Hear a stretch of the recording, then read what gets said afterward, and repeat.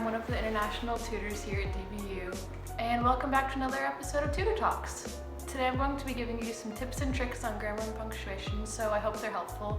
Also, just as a reminder, we still have tutoring online. You can sign up online for sessions Monday through Thursday. Now let's get to the video. Alright, so I'm going to be using a PowerPoint to go through a few grammar and punctuation tips. So just as an overview, we're going to be going over subject-verb agreement, commas and semicolons, transitions, and words to use instead of said. So to get started on subject-verb agreement, make sure that your subject and verb match. So if you're using he, she, it, or a name, you would say throws. You would put an S at the end of your verb.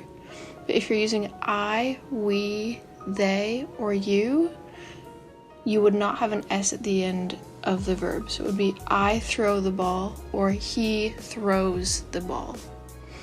And then for the second example, if you're using a plural noun, you would use a verb without an S. But if you're using a singular noun, you would use a verb with an S. So just make sure that when you're writing, your subjects and verbs match up. That'll make your writing a lot more fluent and sound a lot more natural. And then moving on to commas and semicolons. If you want to use a semicolon, make sure that both parts of the sentence could be complete sentences on their own, because semicolons are used to link two ideas within one sentence. So the example I have is, she is so sweet, she always remembers my birthday. So both of those parts of the sentence could be a sentence on their own, but because we're using a semicolon, it tells the reader that those two things are connected. She is sweet because she always remembers my birthday. It connects the two ideas. And then for commas, when writing a list, make sure you use the Oxford comma. And then always use a comma before coordinating conjunctions. And those are your fanboys. For, and, nor, but, or, yet, so. And make sure you never start a sentence with a coordinating conjunction. So in our example, we have the sentence that says, I like reading, eating chocolate, and going ice skating, but not all at the same time. So you see in the first part of the sentence, we have a list. I like reading, comma, eating chocolate, comma, and going ice skating. So technically it would be correct if you didn't have a comma after eating chocolate, but because we're using the Oxford comma, we always do a comma before the last thing in the list. And then in the second part of the sentence, we also have a comma after skating because we're using that word but, and that's one of the coordinating conjunctions. So you use going ice skating, comma, but not all at the same time. All right, and for our transitions, I gave a list of several different examples. You can look up lists of transitions if you want. I'm sure that could be really helpful.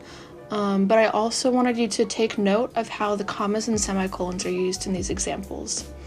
So in the first one, I like cheese and cake.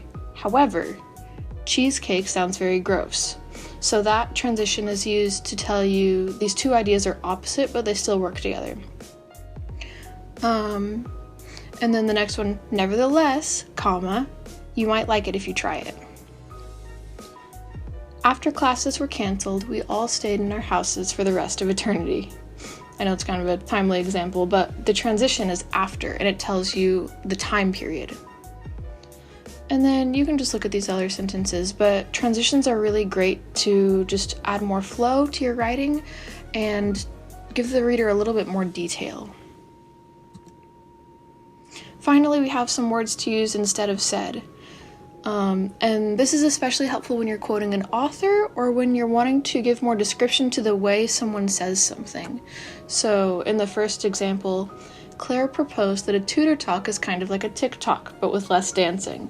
So I could have said Claire said, but instead I used the word proposed because it means I'm giving an idea. Or like in the third example, I'm tired of being in my house, yelled the student from her childhood bedroom. And because I used the word yelled, you can kind of tell more of the emotion without someone reading it out loud. You can picture it in your head. All right, that's all the time we have for today. I hope those were helpful for you and you can use them in your writing. Don't forget to sign up for tutoring online, and I'll see you guys there. Bye!